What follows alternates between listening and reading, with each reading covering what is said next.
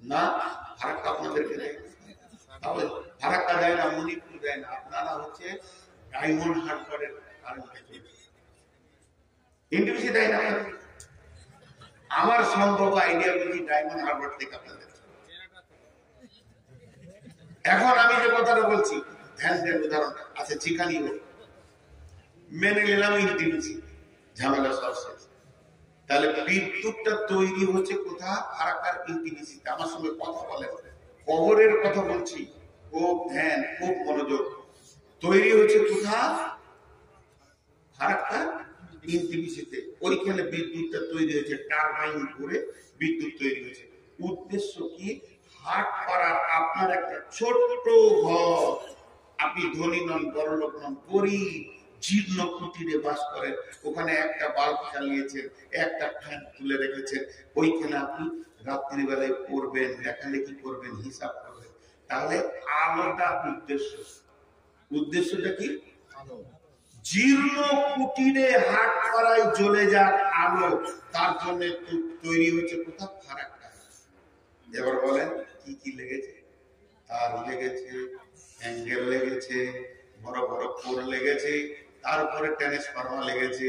11,33 লাখ ওখান থেকে ছেড়েছে, সেটাকে ভাগ করে 11,000-এ নিয়ে আসা হয়েছে।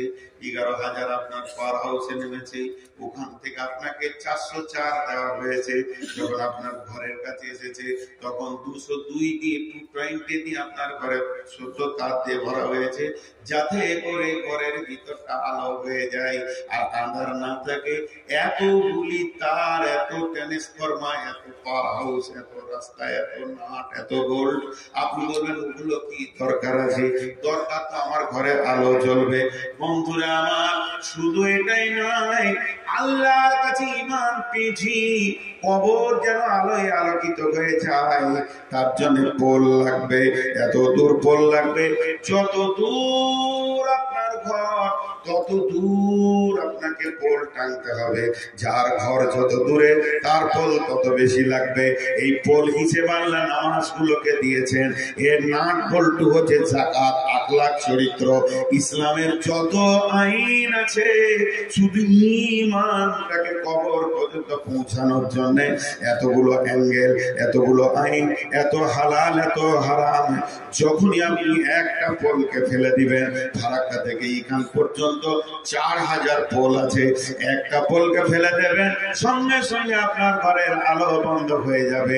কেউ যদি ইচ্ছা করে এক ওয়াক্ত নামাজ ছেড়ে দেয়, তার কবরের আলো বন্ধ হয়ে যাবে।